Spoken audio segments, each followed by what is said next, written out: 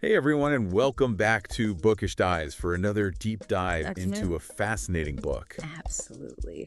Today, we're going to be talking about Okay. Nexus Yes. by Yuval Noah Harari. Nexus, a brief history of information networks. Yes, From the Stone Age to AI. that's right. By Yuval Noah Harari. Now, I think a lot of our listeners will probably recognize that name, Yuval Noah Harari, from his previous book, Sapiens. Yes. Sapiens, a brief history of humankind. That's right. That's right. And so, Huge book. huge book. And so, Just it's a kind of, worldwide bestseller. it is similar vein, Yeah. where he's really looking at kind of the Yes. big picture of history, Yeah. but this time through Through the lens of information networks. the lens of information network. So Yes. I'm really excited to kind of dig into this Yeah, I'm making with you and see what he has to say. Me too. It's a really fascinating book. Yes.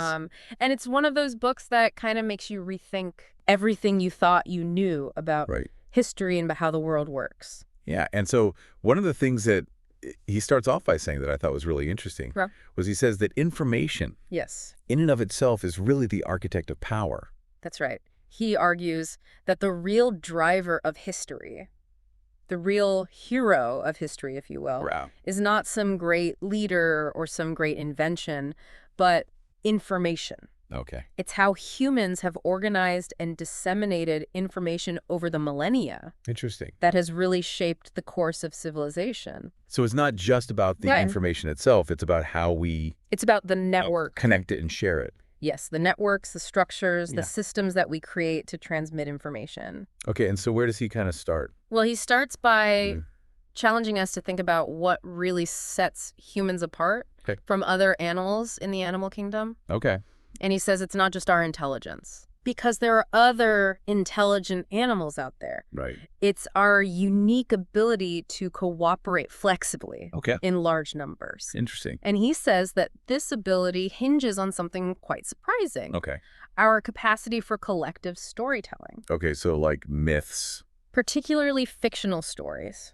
Okay, so not even just stories that are true. He argues that our ability to tell and believe in fictional stories Interesting. is what allows us to create these large-scale social networks Okay. that have allowed us to dominate the planet. So is he saying that like lies and, fantasies and these kinds of things are actually He's not saying that they're good or Okay. that we should embrace them, okay? but he's saying that they're powerful, Okay. that they have played a very important role Interesting. in shaping human history. Okay, so give me an example of what you mean. Well, think about something like religion Oh, or a nation or even money. okay. None of these things exist Mm, objectively in the physical world. right. In the same way that a rock or a tree does, Yeah. they're all constructs Right. based on shared stories, Okay. beliefs, and myths that we collectively agree on. Okay. So like, So, for example, money. yeah, money is just paper. Money is just paper, or Wow. even just numbers on a computer screen. Right. Well, we all agree that it has value. But we all agree that it has value, and Yeah. that allows us to use it Interesting. to exchange goods and services. So it's like a shared illusion. It is a shared illusion. But that actually But it's a very powerful illusion. enables us to do all these things. Yes, exactly. That's really interesting. And so Harari argues that this capacity for collective storytelling, Yeah. for creating these shared illusions, Yeah. is what has allowed us to build these incredibly complex and powerful societies. Okay, so how does that kind of play out Well, he takes us throughout history? on a journey for time, Okay. looking at how information networks have evolved. Okay. He starts with the myths that held together small Stone Age tribes, Okay. where information was spread through oral traditions. Right back to the campfire. Back to the campfire, exactly. Okay. And these myths were powerful, Yeah. but they were also prone to error. Right, because it's like a game of telephone. Exactly. Oh. And they were limited by the reach of the spoken word. Right. So you can only tell so many people Exactly. before the story changes. So how do you create a larger society? Right. How do you create a more complex society? Yeah. Well, that's where bureaucracy comes in. Okay. Harari argues that the invention of writing Right. and the rise of bureaucratic empires in ancient Mesopotamia and Egypt. So like scribes and all of that. Exactly. Like- Scribes, Yeah. record keepers, Yeah. administrators, Tax collectors. tax collectors. Yeah. This marked a major turning point in human history. So we're talking about the shift from stories to like To systems. to written records. Yeah, to like hierarchies. And to hierarchical rules and all that kind of stuff. Exactly. And while it might not sound as exciting as myths and legends, Yeah.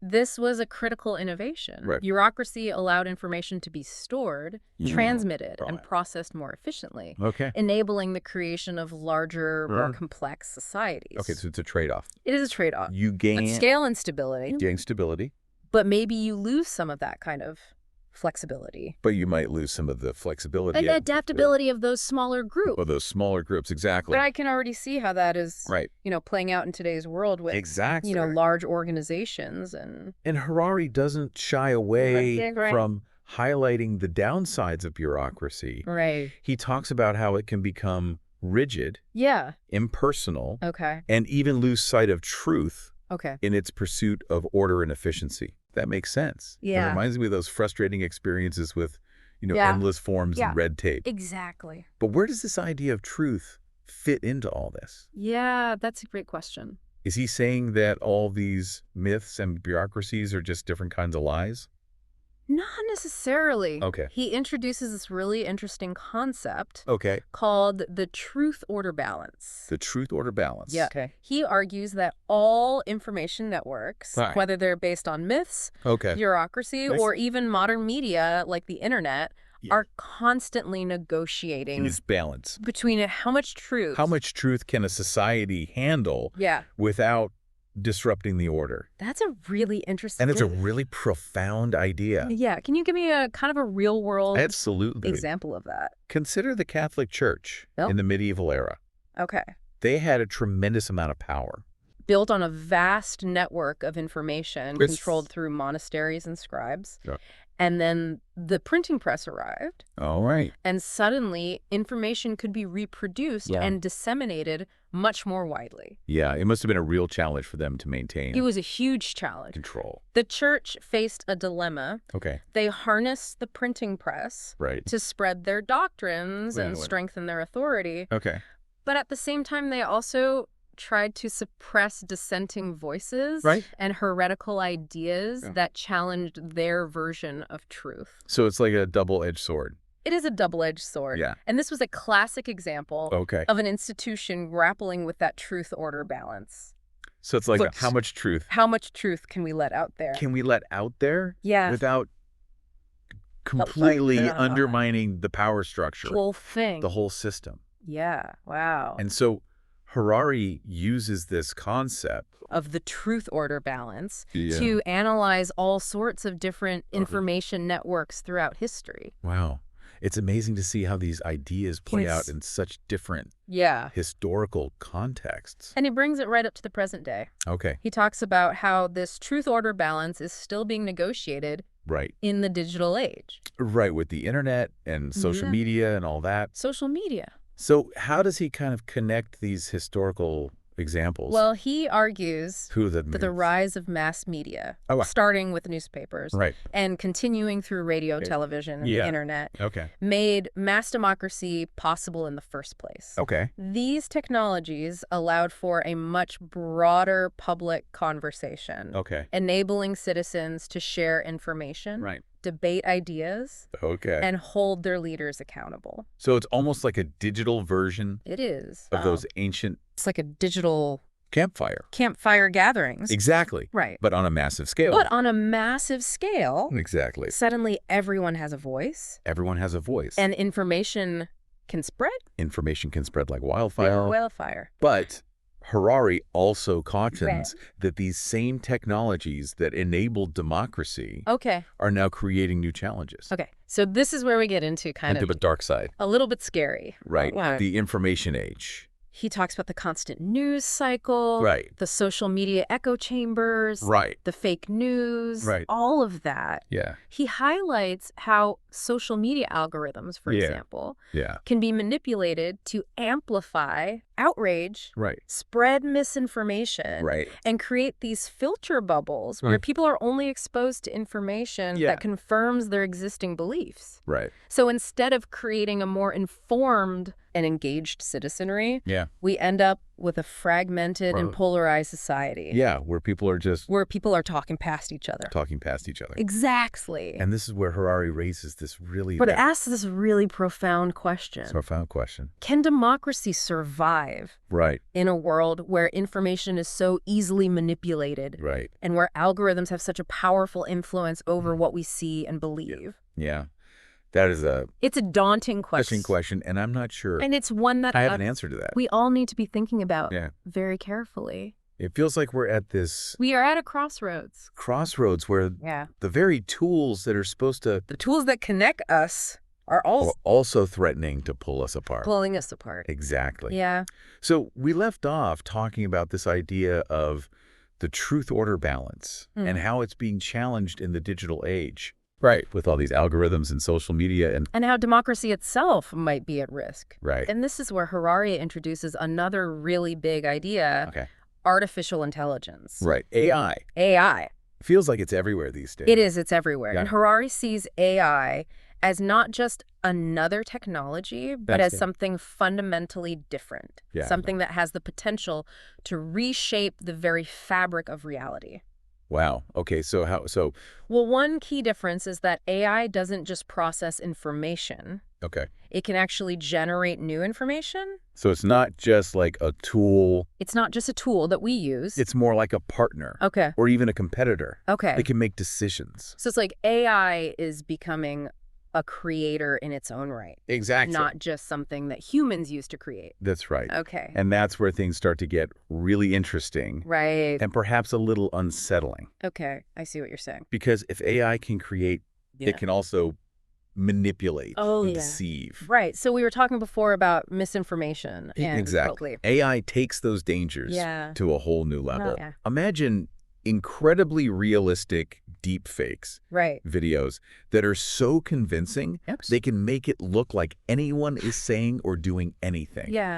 Even if it never actually happened. That's scary. It's like we're entering this world where you can't even trust your own eyes and ears. And that's just one example of how AI could erode our trust in information and make it even harder to distinguish truth from falsehood. So what does Harari suggest that we do about this? Well, he's not saying that we should just abandon AI altogether. He recognizes the immense potential benefits of AI, especially in areas like medicine, education, scientific research. But he argues that we need to be incredibly careful about how we develop and deploy AI, and that we need to build in safeguards to prevent its misuse. So it's about finding that balance again. Exactly. It's about maximizing the benefits of AI while minimizing the risks. But how do we even begin to do that? Well, Harari proposes a multi-pronged approach. First, he argues that we need to build ethical frameworks for AI development, ensuring that these systems are aligned with human values and that they don't perpetuate existing biases or inequalities. So it's not just about the technology itself. It's about the intentions, the values of the people who create and use it. Second, Harari emphasizes the importance of education. We need to equip people with the critical thinking skills to navigate a world where information is increasingly complex and where the line between human and artificial intelligence is becoming blurred. So it's not just about teaching people. It's not just about the technical skills. It's about teaching them how to think critically about the information they encounter. Regardless of the source. Where it's coming from. Exactly. And finally, Harari stresses the need for global cooperation. AI is a global phenomenon, and no single country or company can control it. We need to work together to establish international norms and regulations. That sounds like a really tall order. It is a tall order. Especially in a world that often feels increasingly divided and nationalistic. But Harari argues that the stakes are too high to ignore. If we fail to address these challenges, AI has the potential not only to undermine democracy, but also to create new forms of authoritarianism that are even more pervasive and oppressive than anything we've seen before. So it's not just that AI... It's not just that AI like accidentally caused problems. It could be used intentionally by bad actors. Can you give me a specific example? Imagine a world... How that could play out. Where AI-powered surveillance systems are ubiquitous. Right. Constantly monitoring our every move and thought. Okay. Imagine a government that can use facial recognition software to identify and track dissidents, predict their behavior, and even manipulate their emotions with personalized propaganda. It's like taking the worst aspects. It's like 1984. On steroids. And amplifying them with the power of AI. Yeah, it makes you wonder how much freedom it does and privacy it's a question we all willing to sacrifice. Need to be asking ourselves. Right. And that's one of the central questions that Harari wants us to grapple with. Okay. He's not saying that this dystopian future is inevitable. Okay. But he's saying that we need to be aware of the risks. Right. And take proactive steps. So it's about being proactive. Exactly. Not reactive. You need to be shaping. We need to be shaping the future of AI. The future of AI. Not just letting it happen to us. Not just letting it happen to us. Okay. And he believes that one of the most important ways to do that is to remember that information is power. Okay. And that the way we control and distribute information will ultimately determine the kind of world we create. We talked before about the truth-order balance. Yes. How does that kind of play into all this? Well, Harari argues that AI with AI has the potential to both reinforce and disrupt existing power structures. Okay. On the one hand, AI could be used by authoritarian regimes to consolidate their control. Okay. To like censor information, to manipulate public opinion. So it could tilt that balance. It could tilt that truth-order balance even further toward order. At the expense of truth. At the expense of truth. Okay. But on the other hand, AI could also empower individuals and communities to challenge those power structures. So there's like two sides. It's like a two-sided coin. To the coin, right? Exactly. It could go either way. It could go either way. Yeah. And Harari believes that the outcome of this is far from certain. Okay. It will depend on the choices we make, the values we prioritize, and the actions we take. It's both kind of terrifying. It is. But also exciting to think that we actually have a role to play in how this unfolds. And terrifying. Yeah. That's what makes Harari's work so compelling. Yeah. He's not just offering a diagnosis of the challenges we face, but also a call to action. Okay. A reminder that we have a responsibility to shape the future. Of information. I like that. And to ensure that it serves humanity rather than the other way around. Okay. Yeah, it really is a powerful message. So much to think about. It is. So I think we've covered a lot of ground here with Nexus. We have. By Yuval Noah Harari. A lot to digest. A lot to digest. Yeah. But just to kind of wrap things up for our listeners today. Sure. What would you say is the one key takeaway. The one key takeaway. From Nexus, from this book. I think the one thing to remember from this book is that information is power. Okay. And the way we manage information will shape the future of humanity. So it's not just about, the specific technologies or... It's not just about the gadgets. The gadgets. It's really about... It's about the underlying dynamic. The underlying dynamic of information. How it flows. Yes. How it's controlled. Right. Who has access to it. And how we as individuals... kind of engage with it. Engage with that information. Right. Make sense of it. Share it. Okay. And ultimately how we use it. Yeah. Well, thank you so much for... It's been a pleasure. Diving into Nexus with me today. Absolutely. I always enjoy talking about... It's been a real... big ideas. Pleasure. Yeah. And to all of our listeners out there, thank you so much for joining us. Yes. Thank you for listening. On another Bookish Dive. And we'll see you next time. See you next time for another book.